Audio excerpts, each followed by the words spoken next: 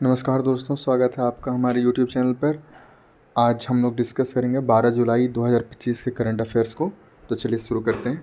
सबसे पहला है कि घड़ियाल और स्लॉथ बेयर यानी भालू को जो है वो प्रजाति पुनर्प्राप्ति कार्यक्रम में शामिल करने की सिफारिश की गई है।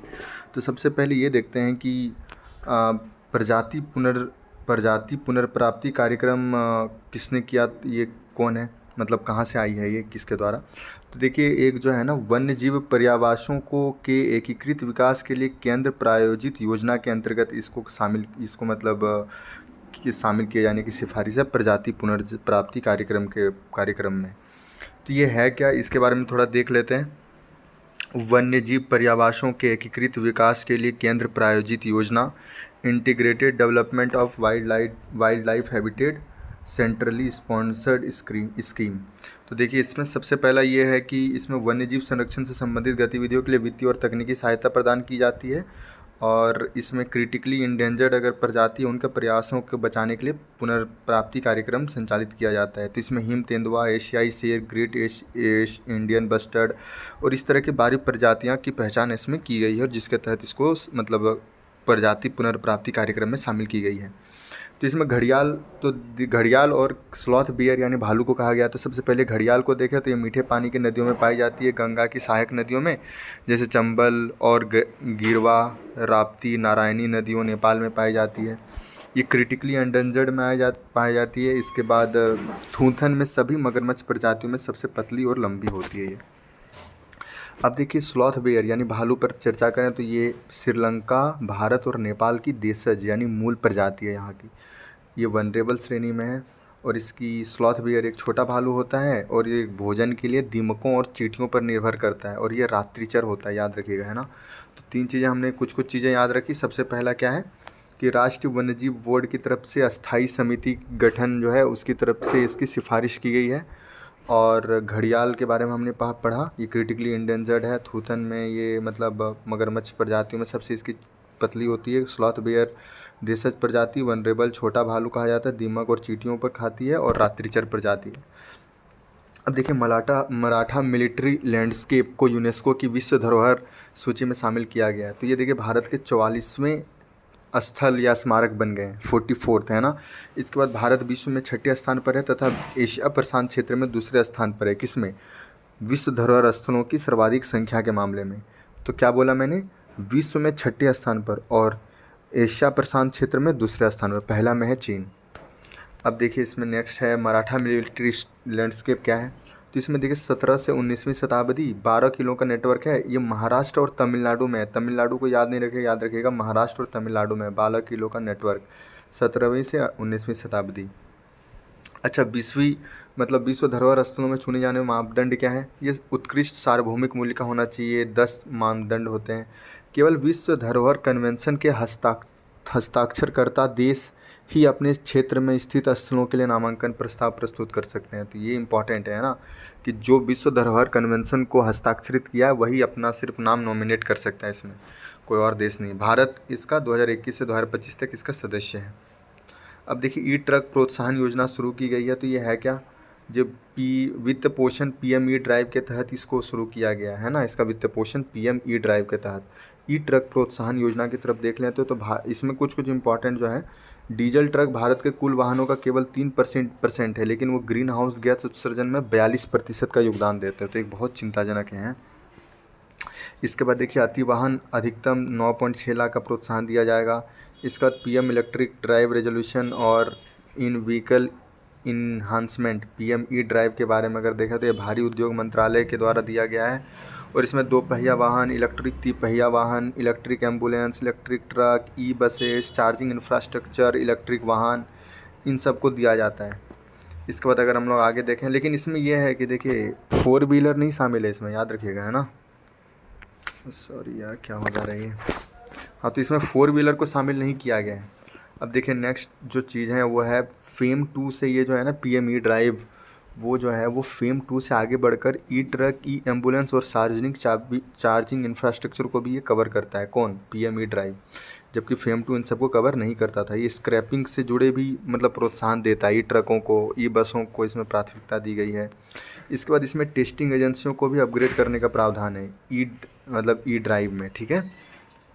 अब उत्तराखंड के राज्य सरकार ने भूतापी ऊर्जा नीति 2025 को मंजूरी दी। तो भूतापी ऊर्जा है क्या? ये सतह के नीचे प्राप्त ऊष्मीय ऊर्जा होती है। ये तो हमें पता ही है। ये होता क्यों है भाई?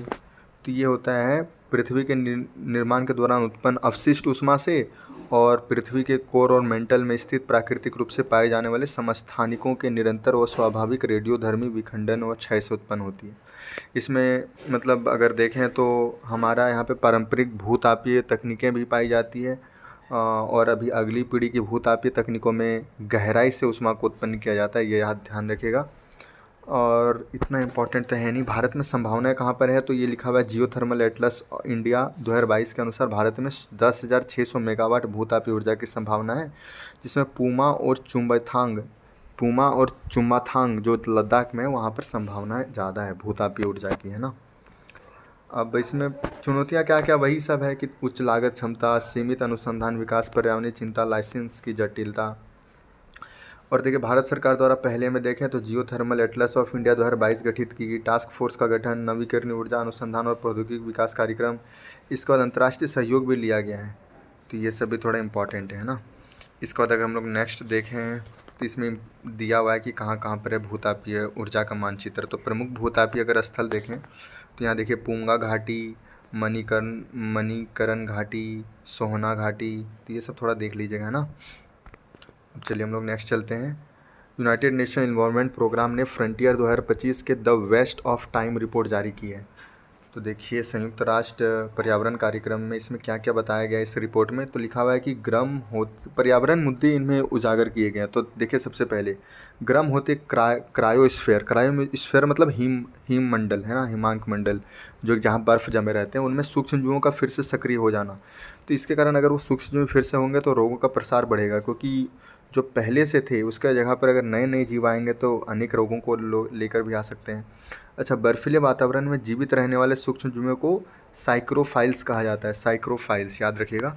नेक्स्ट में है नदियों के प्रवाह में अवरोध। ऑफकोर्स अवरोध होगा ही, क्योंकि नदियों के प्रवाह में मौजूद सभी जो अवरोध है, जैसे बांध हो गया, वेयर हो गया, कम ऊंचाई वाले बांध, बैराज, कल्सफुट, स्लूप आदि जो है, ये सब जो है कि नदियों के प्रवाह में एक तरीके से बाधा डालते हैं।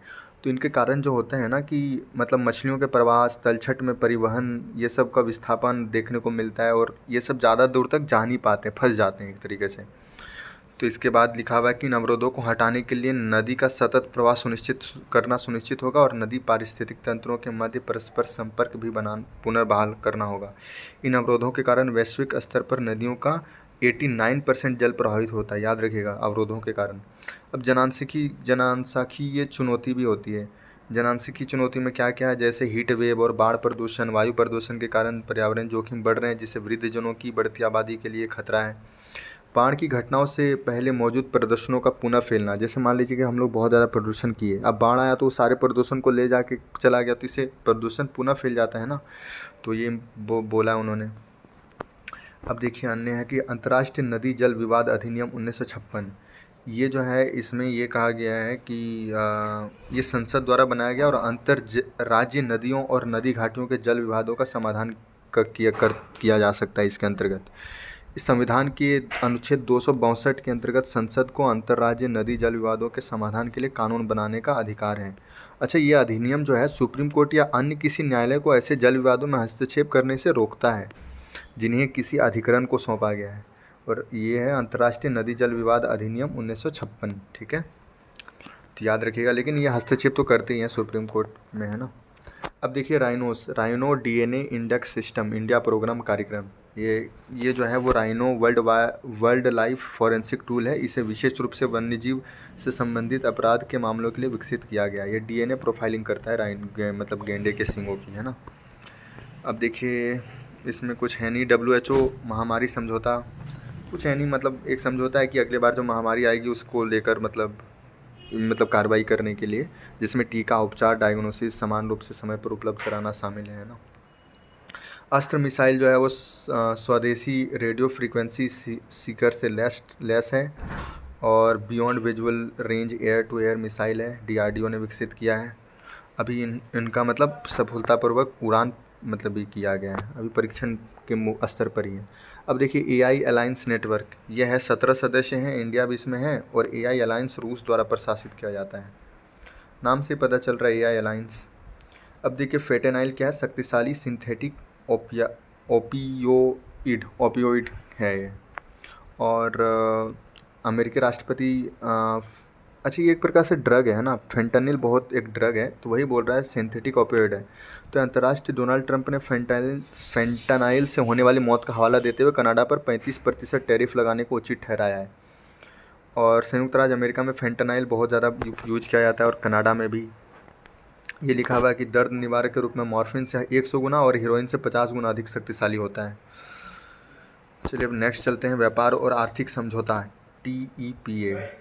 इसमें देखिए EFTA 4 देशों का व्यापार समूह है, और भारत और EFTA के बीच वही व्यापार समझौता है, यही है ना। तो EFTA में 4 व्यापार समूह देश है, कौन, स्विट्जरलैंड, लिंकनस्टीन, नॉर्वे और आइसलैंड। तो देखिए व्यापार और आर्थिक साझेदारी समझौता के बारे में अगर देखें तो भारत ने EFTA से 4 विकसित देशों के साथ किया है, और 15 वर्षों में इन्होंने $100 अरब का निवेश और 10 लाख प्रत्यक्ष रोजगार के अवसर सृजित करने का बाध्यकारी लक्ष्य रखा गया है इसमें। ये पहला ऐसा किस्म का समझौता है जिसमें नौकरी सृजन करने का लक्ष्य रखा गया है। तो 15 वर्षों में $100 अरब का निवेश और 10 लाख प्रत्यक्ष रोजगार के अवसर सृजित करने का लक्ष्य। और अच्छा इसमें मतलब ट्रिप्स की भी बाध्यकारी समझौते हैं, मतलब बौद्धिक संपदा अधिकारों को लेकर। हम लोग चलते हैं नेक्स्ट, तो नेक्स्ट में है ट्रांसफैट। तो ट्रांसफैट अगर देखा तो यूनाइटेड नेशन ने चेतावनी दी है कि ट्रांसफैट पर पूरी तरह प्रतिबंध लगाने से विकासशील देशों पर पोषण का बुरा असर पड़ सकता है, क्योंकि खाद्य पदार्थों की सीमित उपलब्धता होगी फिर उसमें, है ना। ट्रांसफैट जो है, इसे ट्रांस फैटी एसिड भी कहा जाता है। असंतृप्त वसा अम्ल होते हैं ये, जो कि औद्योगिक रूप से हाइड्रोजनीकरण की प्रक्रिया द्वारा बनाए जाते हैं, और प्राकृतिक रूप से भी पाए जाते हैं, जैसे मांस और दूध में। अच्छा ये स्वास्थ्य पर क्या होता है, ये बैड कोलेस्ट्रॉल का स्तर को बढ़ाते हैं, और इसके बाद तो ये दिल का दौरा और स्ट्रोक बढ़ाने पर ये होता है ना। अब चलिए नेक्स्ट पर जाते हैं, तो पीर पंजाल श्रेणी। अब पीर पंजाल श्रेणी जम्मू कश्मीर में स्थित है। कश्मीर घाटी पीर पंजाल तथा जांस्कर श्रेणियों के बीच में है ये, मतलब ये कश्मीर घाटी जो है ये कहाँ पर है, पीर पंजाल और जांस्कर श्रेणियों के बीच में है कश्मीर घाटी। ये लघु हिमालय का एक भाग है, कौन, पीर पंजाल श्रेणी, ठीक है। अब ये है कि पीर, इसमें दर्रे कौन कौन से, पीर पंजाल दर्रा, बदील दर्रा, गोलबागर दर्रा और बनिहाल दर्रा। दर्रा तो आपको पता ही होगा ना, जैसे ये 2 पर्वत है तो इसी के बीच में जो ये मार्ग है उसको कहते हैं दर्रा। अब चलिए बस आज के लिए इतना ही था, हम लोग मिलते हैं नेक्स्ट करंट अफेयर्स पर, तब तक अपना ध्यान रखिएगा, नमस्कार।